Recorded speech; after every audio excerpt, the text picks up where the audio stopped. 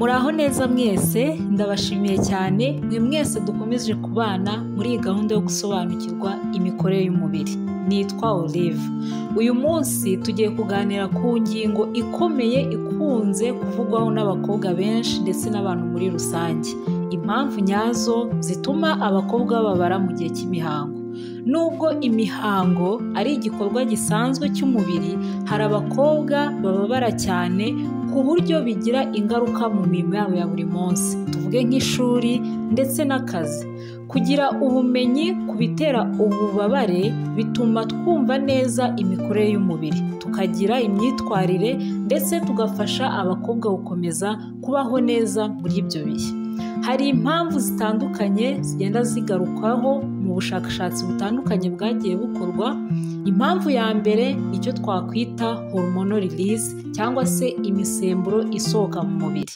Mu gihe cy'imihango, umukobwa umubiri we usohora imisemburo yihariye, cyane cyane umusemburo witwa prostaglandin. Iyi misemburo niyo itera ububabare bwinshi kuko ituma iterisi cyangwa se urura rw'imbere rwiyegeranya mu rwego rwo gusohora amaraso n'utundi dusigisigi twose tuba turi muri iterisi. Iyo prostaglandin ari nyinshi cyane, ububabare buriyongera kandi bugaherekezwa n'ibindi bimenyetso nko kuribwa mu mugongo, iseseme no kugira umutwe ubabara cyane. Niyo mpamvu abakobwa bamwe bababara kurusha abandi kubera ingano ya prostaglandin igiye itandukanye ku mukobwa umwe ndetse no ku wundi. Impamvu ya kabiri ni contraction ya uterus cyangwa se kwiyegeranya kwa uterus.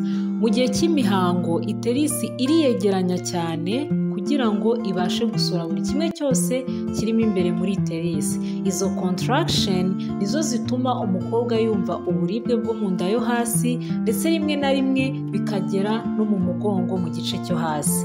Iyo kwegeranya gukaze, amaraso yinjira muri uterus aragabanuka, bigatuma habaho ububabare bugenda bwiyongera buri uko uterus igenda icontracting. Uko kwiyegeranya ni igikorwa gisanzwe, ariko mu gihe gikunze kuba kenshi cyangwa se gikaze bitera ububabare bukabije. Impamvu ya gatatu ni impamvu z'uburwayi cyangwa se medical cause of menstrual pain. Hano hari indwara nyinshi zitandukanye, ni nayo mpamvu tugira inama buri mukobwa ubabara cyane y'uko yakwegera kwa muganga bakamukorera isuzuma ryimbitse bakareba impamvu ububabare. Zimwe mu ndwara zitera kubabara mu gihe cy'imihango harimo endometriosis, hakabamo iyitwa fibroid, hakabamo pelvic inflammatory disease ndetse na adenomyosis ndetse n'izindi mpamvu zindi zituruka ku burwayi zishobora gutuma umukobwa ababara mu gihe cy'imihango. Impamvu ya kane ni genetic factors cyangwa se imiterere y'umubiri ishingiye ku muryango.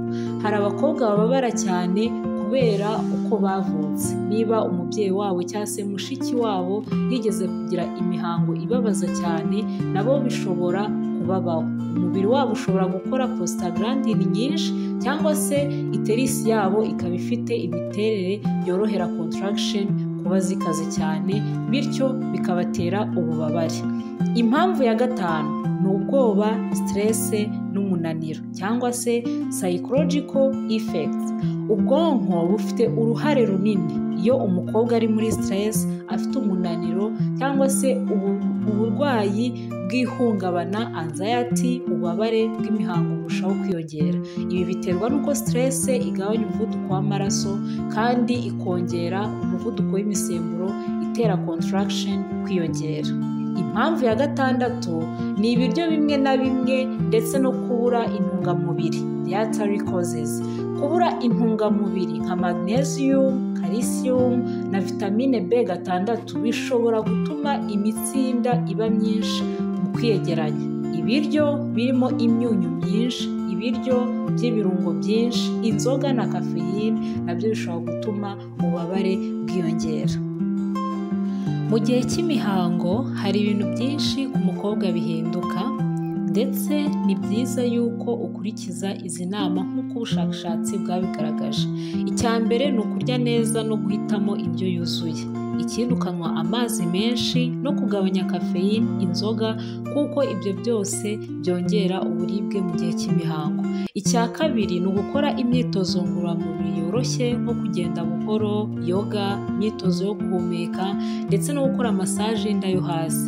Imyitozo ituma amaraso atembera neza, igabanya stress kandi igatuma prostaglandin zitaba nyinshi, bityo ububabare bukagabanuka. Icya gatatu ni ukwirinda stress no kuruhuka bihagije. Stress ituma imisemburo ihungabana kandi ikongera ububabare. Ni byiza kwirinda ibitekerezo biguhugiranya cyane, ukambara imyenda yoroshye, ukaryama neza ndetse ukirinda gukora imirimo ikomeye cyane.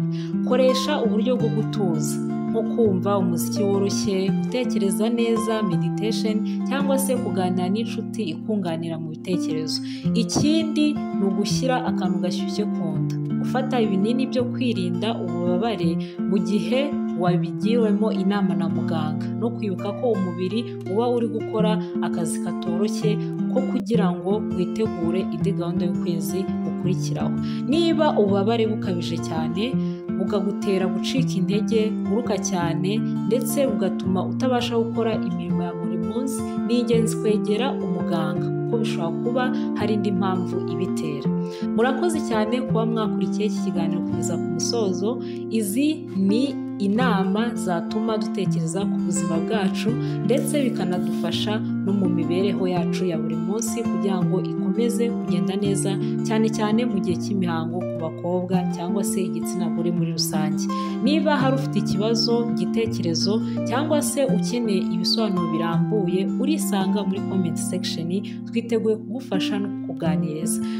Ntukibagirwe kandi gusangiza iyi video ku bandi kuko hari benshi ishobora gufasha, inshuti zawe, ababyeyi, abavandimwe cyangwa se undi wese ushobora kuba akeneye aya makuru. Kanda like, subscribe kuri YouTube kandi tuzongere guhura mu kindi kiganiro kizakurikira. Murakoze cyane, muw'amahoro.